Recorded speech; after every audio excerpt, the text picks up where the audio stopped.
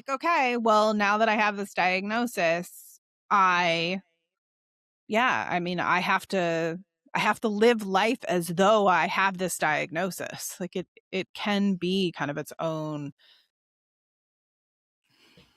wall. I was going to say mind fuck, which isn't really great. This is Shrinks and Giggles, your no BS guide to navigating the pitfalls of modern mental health. From AI therapy to self-diagnosis spirals, we're here to cut through the pop psych noise from your feed. I'm Melissa. And I'm Michaela, your psychologist BFFs. Let's dive in. Hey guys, welcome back to Shrinks and Giggles. I'm Michaela. And I'm Melissa. Today we're talking about the powers of labels. So I was thinking about this more related to the evolution that I've seen as a psychologist, as an assessment psychologist over the years. And I feel like, things that have consistently always been around. There's always been bullying. There's always been people using slurs. There's always been this sort of commentary, I must be crazy, I do this, or I'm a little schizo, or I'm a little bipolar. Yeah, bipolar. Yeah. Yeah. What are some I think good... even like we attach it to weather. Like in Florida, they're like, oh yeah, the weather's so bipolar. Yeah, or Texas. Oh, well. Yeah, definitely. Just everything, to explain what's going on. Yeah. And sometimes, sure, to use it against people, to disempower people. But when people would come in for assessments, maybe 10 years ago, I would say a lot of people were coming in because they were looking to find the right treatment path, looking for help that they absolutely needed. But that they were not necessarily as eager to dive into labels. And I do think we're in an era where labels have become even more important and really appealing in so many ways. TikTok didn't invent ADHD, but it definitely made it an aesthetic. Yeah, absolutely. We ran across that anecdote about ADHD and the accuracy of ADHD as it's described on TikTok, and how like 50% of what was being cited as ADHD was not scientifically based in any reality. No, it's like over pathologizing typical human experiences. Yes, absolutely. Yeah, but it's also empowering people. It's calling out to them and normalizing something that we used to think of as abnormal. It's become much more empowering to be a part of that community, to be able to explain why you do something. Yeah, absolutely. They, like you were saying, they create maybe community and belonging. They create meaning to some of the things that you're struggling with, as opposed to maybe it shifts it outside of yourself, right? It's not necessarily on you. And it does create like some more certainty and guidance. Yeah, it's sort of an interesting phenomenon of normalizing a narrative that in so many ways is normal, but doing it through the lens of saying, hey, do you have this unusual experience too? You must have this. Babe, I've left my phone in the restaurant again. It's in your hand, babe. Are you doing a load of washing? It's my third time with the same load because I keep forgetting. Babe, you got a parcel. What did you get? No idea, but it's gonna be great if I ordered it. Did you reply to Kat's message?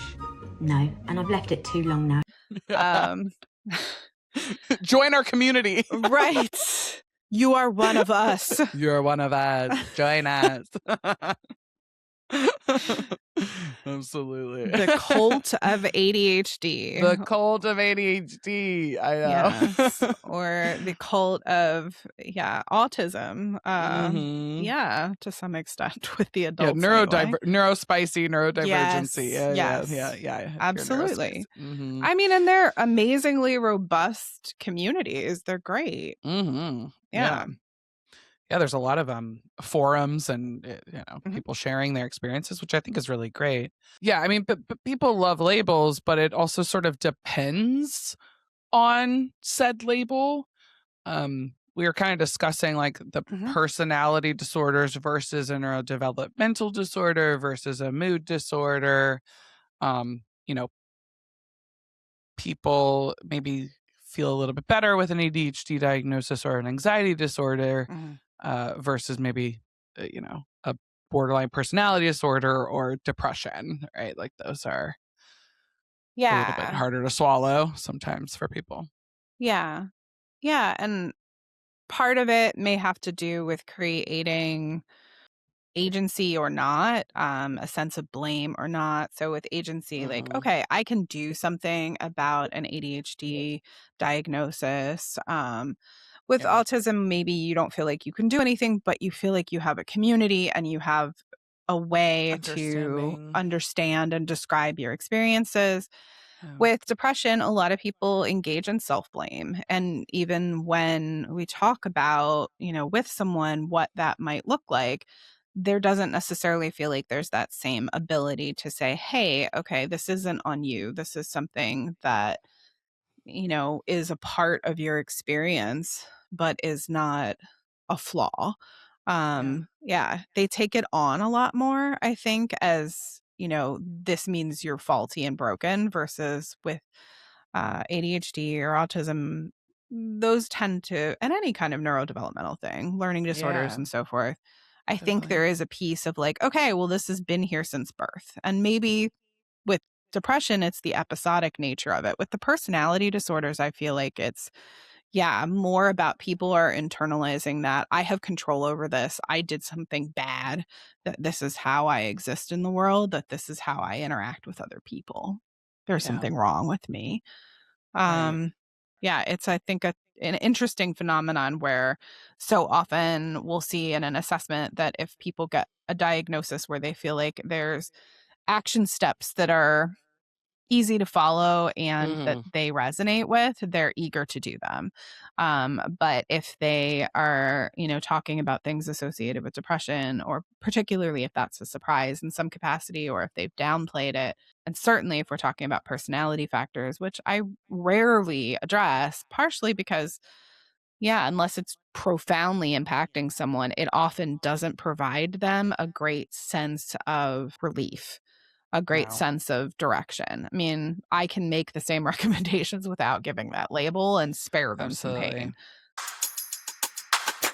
People come to us for labels, but often to like help with something. I know we were kind of alluding to that, but they come for school accommodations or understanding their child or help with, direction with their child's school or standardized testing accommodations, self-edification, right? Like what's going on with me? What, where's my memory at? I feel like I'm losing my memory. Need to throw out the trash? Put them by the door so you don't forget, and ignore it. Always forget your laptop charger? Put it on top of your laptop so you don't forget. Then forget to take your laptop. I don't feel like I'm thriving in some capacity, Yeah, sure, my grades are okay, but why can't I ever kind of break through to the point that they're better than okay, that I feel like I'm actually learning? Or, Yeah. yeah, why is People, homework always a struggle? That's a right. popular one. Yeah. Yeah. People, my peers, I feel like I've always done okay, but then now my peers are doing so much better than me, or they don't have the same difficulties, or they can just listen to the lecture and not go back and have to rewatch or re-listen or reread their notes. Yeah. Or my friends and family tell me I have, typically ADHD, right? That's our buzzy Yeah. one I for mean, sure. although I hear it with autism too. I'll have people who are like, oh, all of my friends are, will say that I don't, quite pick up on when I should stop talking, or, that I'm violating a boundary in some way or something like that. And so they think that I'm on the spectrum. That Yeah. is, yeah, I mean, those are definitely the whys, that I feel, can be, that are the common ones that we see, Yeah. for sure. Yeah. Yeah.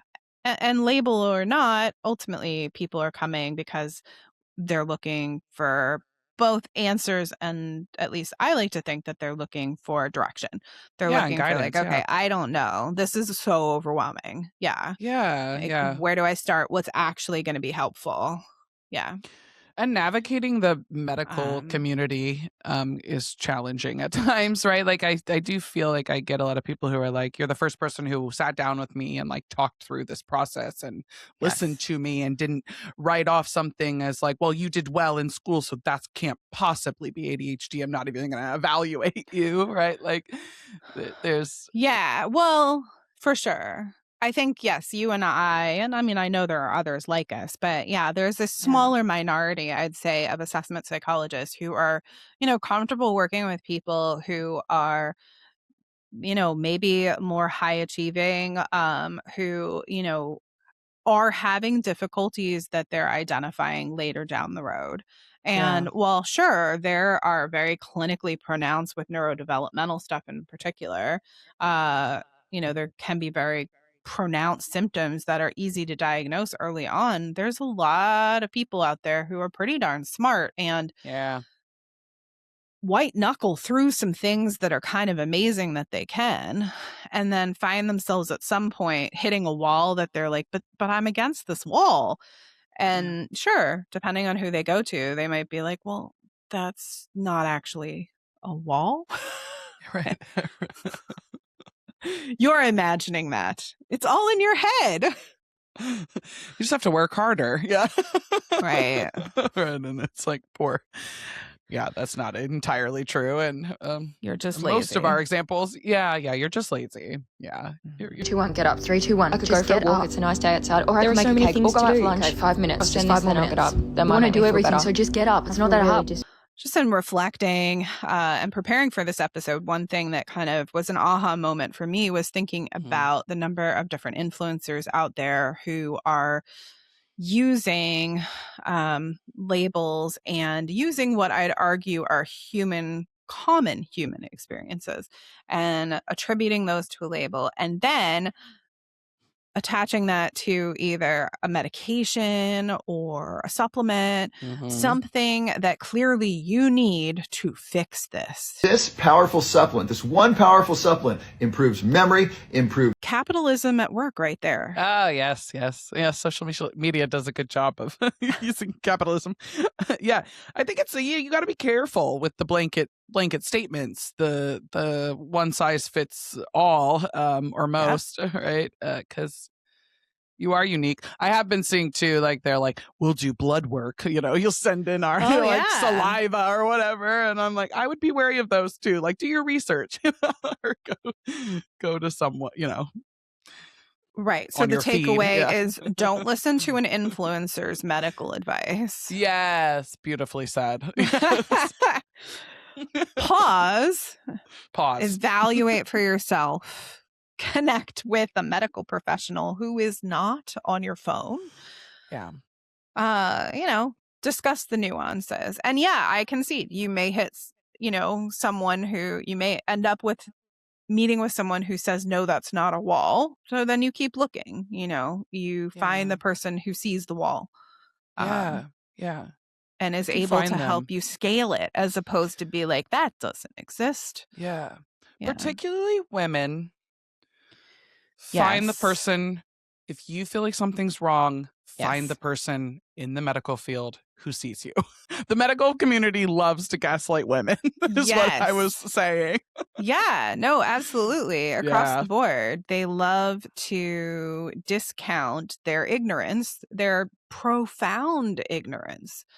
Right? I mean, we know this historically. I will echo it here. For long time. Yeah. But women are not researched. We are our response to treatments, what is going on with us, what, a healthy baseline is for, mental health, for physical health. I mean, there's so many things that we just simply know damn little about. Yeah. Yeah. A lot of statements in the world are about men.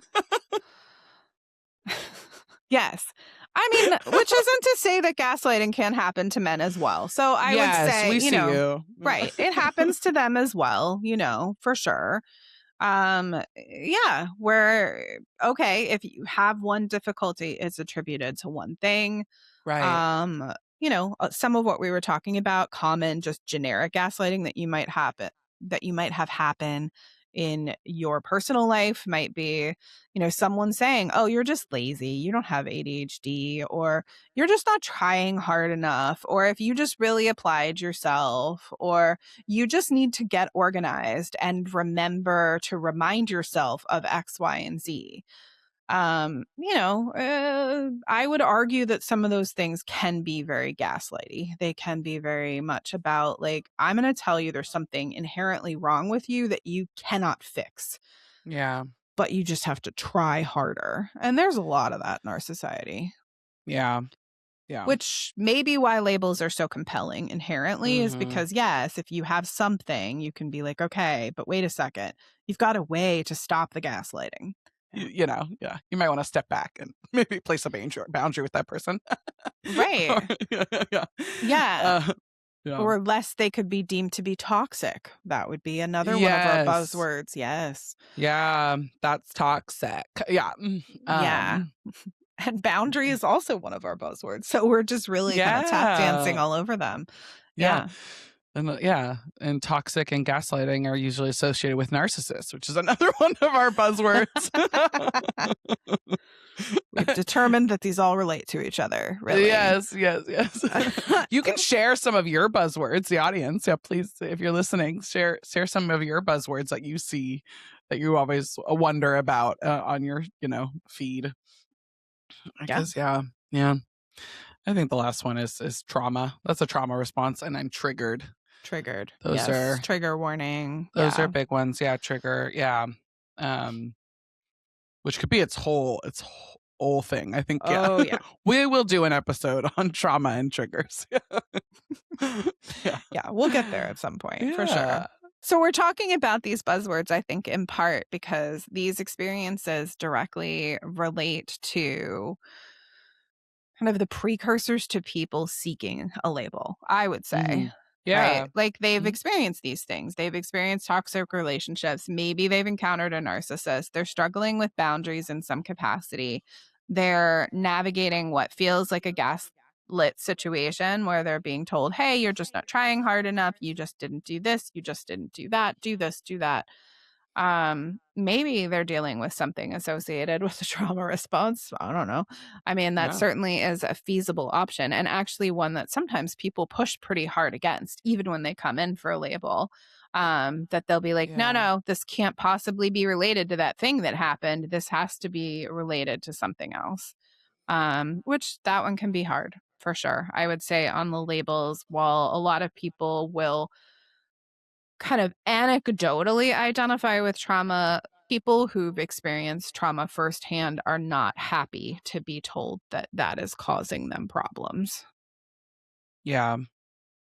Less likely to accept that one, I think. Yeah. When we're conceptualizing, kind of looking at it from a trauma angle or talking about depression or all of these kinds of things, I think that's about, what are we activating inherent to ourselves? Are we activating something that says, I am worthless? Are we activating something that says, I am helpless? Are we activating something that says, I am unlovable?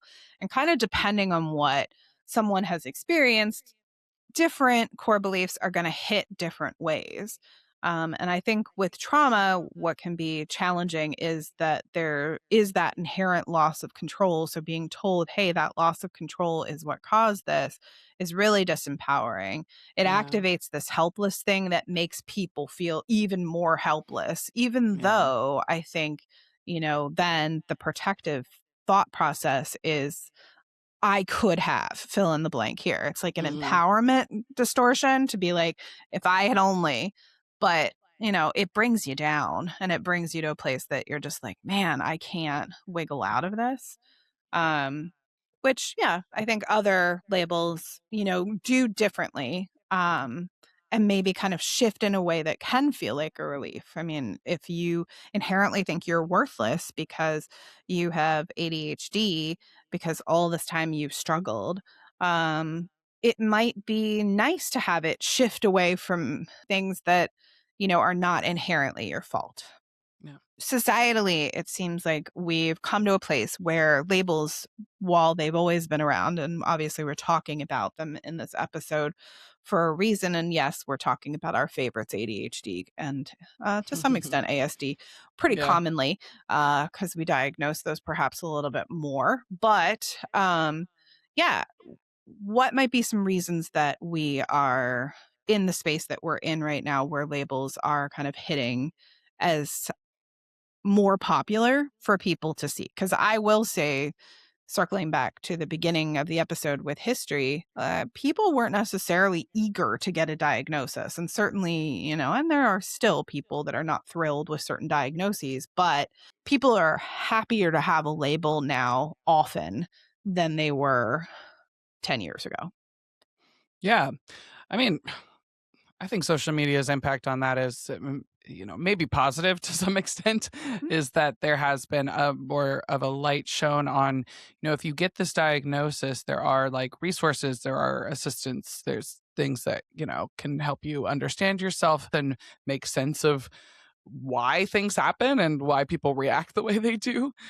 So it gives you sort of like some direction and how to like move forward in the world. But I think it can also lead to maybe some just like, I'm relying so heavily on this diagnosis that now has become my identity, and you know over label, like we were talking about, over labeling certain experiences as a diagnosis. Yeah, it becomes an integral part of your identity.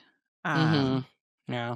Yeah, which, I do think that can be, that can be really challenging. That can be challenging to break out of. That can be limiting Yeah. in certain Yeah. ways as well. If you're like, oh, well, I have this diagnosis, so I can't. Yeah, Yeah, I I mean, can't. right. Those are stemming from, that activation of more of a helpless state, which in one sense can be very liberating. Yeah. Yay, I don't have to worry about these things anymore because they're just simply not something I'm capable of. I know, I was mentioning that I had run across something, I think it was social media related. I think it was a reel that was like, rich Parisian parents never say this. And it was about never saying, I can't afford that. Yeah. And that the reason is because, as soon as you're doing that, you're reinforcing an inherent belief that it is entirely inaccessible, as opposed to one that is about activation and problem solving. Right. And the activation and problem solving is important for all of these, right? Like, Yeah. you can do what you want to do regardless of a label, but the label can really limit, I think, what people think that they can achieve in some capacity. Yeah. I think because you grow, like, I'll focus on ADHD, even though I don't want everything to The be whole about episode about to be about ADHD. her. Yeah. To be about ADHD. Yeah. But I mean, it's like if you live your whole life with people telling you you're lazy or like you can't do, you're so disorganized, you're so messy, you're so this, and then you find out you have ADHD, then you're like, well, I can't clean my room. I can't or it could be even detrimental, right? Like I can't go to med school, or I can't be a Right. lawyer, or I can't, and then you Right. don't even do something that you've been passionate about your whole life or something like that. So, right. I think that's, Yeah, which absolutely. I mean, I've seen that firsthand. I mean, I've yeah, for definitely sure. had moments where, I mean, if I'm working with a therapy client and I've referred them out for an assessment and then the assessment's complete and then they come back and then, having a Like, diagnosis, they're yeah, like, okay, well, now that I have this diagnosis, I mean, I have to live life as though I have this diagnosis. Like it can be kind of its own wall. I was going to say mind fuck, which isn't really great. Mindfuck, confusion, gaggle fuck, disorder, clusterfuck, a mess, bumfuck, remoteness. I mean, yeah. I mean, real clinical there, but I mean, I really think it can For sure. It's another, like box or, a limiting belief for sure. Even though it offers relief, it can also, Yeah. short Yeah. circuit. I don't know. It can definitely stop you Right. from doing things that, if you didn't have the diagnosis, maybe you would have done, Right. Okay. And it creates some space. If you are the label, you don't have to take responsibility. You don't have to grow. And that can be, I think that can be a relief. Yeah. It can Yeah. make you really stagnant, but I think it can make you feel safe too. And a lot of people are seeking that safety right now. Yeah. Yeah. Right. Yeah, you had mentioned, which I liked, that like sometimes the I can't can just also give you the freedom to put it down, right? Like, Right. you you don't have to. And that can feel really good. Yeah. Validating, peaceful, whoo. I don't gotta try as hard.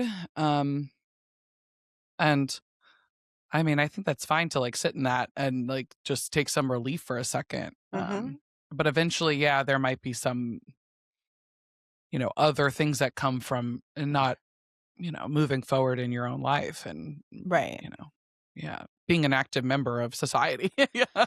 In whatever way you deem, important, but it's still, Right. Yeah. So, yeah, I think the trick for us in the work that we do when we are asserting a label is, hope hoping that it empowers, that it validates, that it allows for access to support the things that you want to pursue and for you to find ways to access that meaning and purpose, even more, as opposed to limiting it, shutting it down, maybe providing you a safe little cozy space, but, hindering your ability to grow as a person. So yeah, I think that's the double-edged sword, I suppose. Yeah. And I also think I always talk about like, okay, you have this diagnosis now. Let's engage in some self-compassion, right? Like, let's try to shift some of those um, negative phrases about yourself um, away from the lazy commentary or whatever the negative commentary that's been existing in your life. Um, now that you know what, you know, how can you use that what to feed your why, right? Like, where do you want to go now? What's your What most people will hear me say in a clinical setting is, "Hey, I'm not a huge fan of diagnoses." I mean, that is an opinion of mine, and perhaps that is because of this double-edged sword that we're talking about. I Yeah. don't like the DSM. Everybody probably has already heard that from me, Yeah.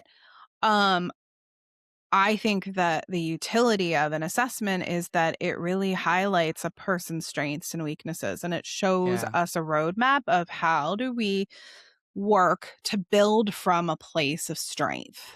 And Yeah. I don't think we do that enough in our society at all. No. And I don't know that there's I have heard feedback that there are other evaluations and other, psychological testing that people have done where they don't walk away with like understanding the next steps, right? They get this diagnosis and then they're like, bye. Oh, yeah. Yeah. I mean, only medication can fix ADHD. I have been told that by people who come in. That's not true. Sure. There's been a lot of some support for the medication, but there's other ways. And I think our biggest thing is using your strengths and diagnosis to understand yourself and use that information to apply whatever change or modifications that you want to make to your life, and move forward with purpose without limiting your beliefs and without, pigeonholing yourself, and living your life as yourself and not as your diagnosis. I think it's just like be more compassionate. And now we know how you look at the world and how you process and how you learn things. And there's plenty of ways to navigate around you know, any sort of cognitive profile or any sort of like weakness. Right. You know, so.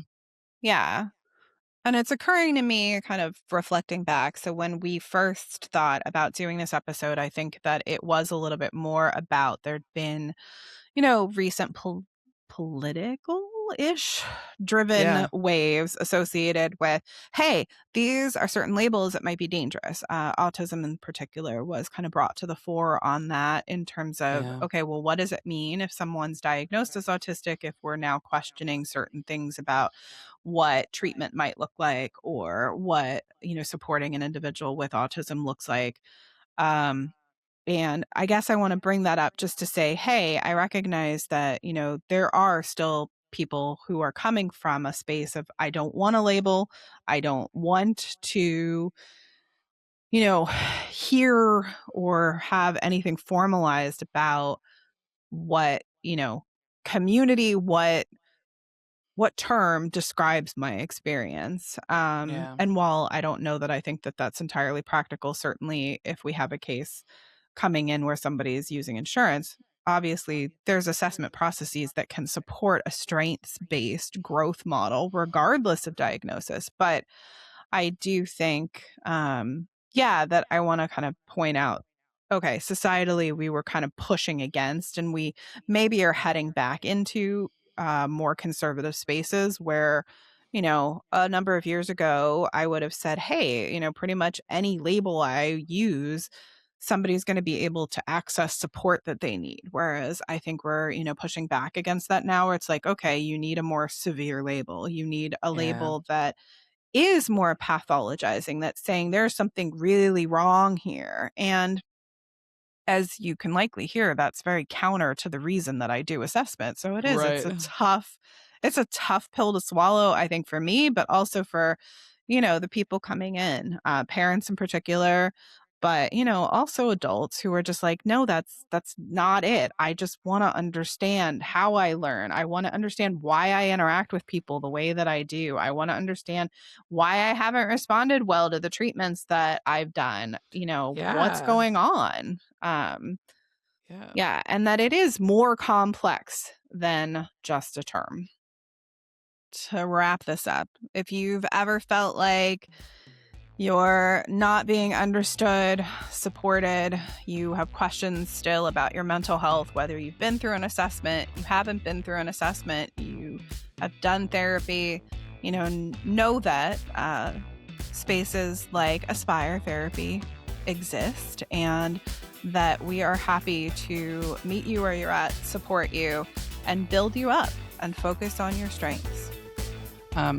We really are here to provide you with understanding and support as you navigate, these spaces in life. So follow us